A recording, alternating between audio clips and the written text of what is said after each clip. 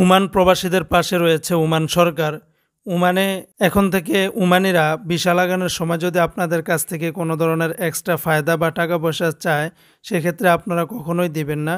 এই জন্য আপনারা কিন্তু চাইলে অভিযোগও করতে পারেন এবং পাশাপাশি প্রবাসী বা মানব পাচারের বিরুদ্ধে ওমান সরকারের নতুন করে কর্মসূচি ঘোষণা করেছে, যেটা ইতিমধ্যে বিভিন্ন গণমাধ্যমে কিন্তু প্রকাশিত করা হয়েছে। সম্পূর্ণ কথাগুলি শোনার অনুরোধ থাকবে এবং ভিডিওটি শেয়ার করে দিবেন যাতে করে সবাই জেনে উপকৃত হতে পারে, এবং এই রিলেটেড কিছু কথা বলবো সেটাও আপনারা জানার চেষ্টা করবেন।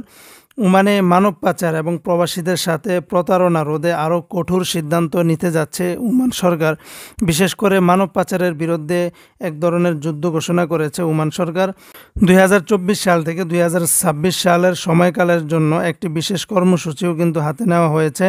সাধারণত মানব পাচারের শিকার প্রবাসীদের সাথে নিয়োগকর্তারা বা দালাল চক্ররা প্রতারণামূলক যেসব কাজ করে থাকে তার মধ্যে আছে পাসপোর্টের জব্দ করে রাখা। এখন এই পাসপোর্ট অনেক ওমানিরাই কিন্তু জব্দ করে রাখে, কিন্তু ওমানে কারো পাসপোর্ট ওমানিদের হাতে রাখার কোনো বিধান নেই। এটা আমরা আগেও বলেছি, এখনও বলতেছি।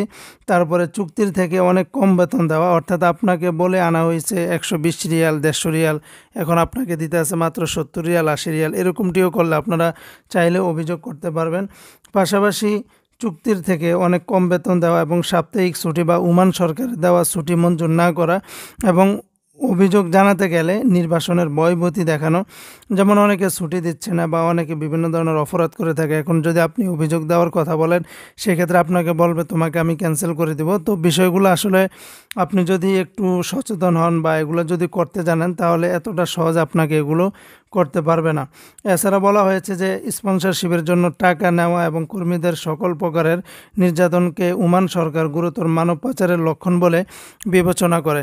এখন স্পন্সরশিপের জন্য টাকা নেওয়া তার মানে হচ্ছে আমাদের যেই ভিসা 2 বছর 1 বছর 2 বছর পর পর যে ভিসা লাগে, সেই ভিসার জন্য অনেক প্রবাসী ভাইরা মালিকদেরকে ফায়দা দেয় বা অনেক কিছু দেয়। সেটা কিন্তু যদি আপনাদের এগ্রিমেন্ট পেপারে যদি লেখা না থাকে, তাহলে কখন আপনারা এই টাকা দেওয়া কখনোই ঠিক না, বা এটা সম্পূর্ণ তারা অবৈধভাবে টাকাটা আপনার কাছ থেকে নিচ্ছে। এছাড়া মানব পাচার সংক্রান্ত বা যে কোনো অভিযোগ জানাতে ওমান পুলিশের হটলাইন নাম্বারে প্রবাসীদের কল দিতে বলা হয়েছে। আর পুলিশের হটলাইনটি নাম্বার আমার স্ক্রিনে যদি আপনারা একটু খেয়াল করেন, তাহলে কিন্তু দেখতে পারবেন যে 80077344। এই নাম্বারে যদি আপনারা পুলিশকে কল দিয়ে যদি আপনারা জানান, তাহলে তাদের বিরুদ্ধে আইনি ব্যবস্থা নিতে তারা দ্রুত কার্যকর হবে। এছাড়া নিয়োগকর্তার অত্যাচার থেকে মুক্তি পেতে প্রয়োজনে ওমানের সামাজিক উন্নয়ন মন্ত্রণালয়ের আশ্রয় নিতে পারবেন প্রবাসীরা।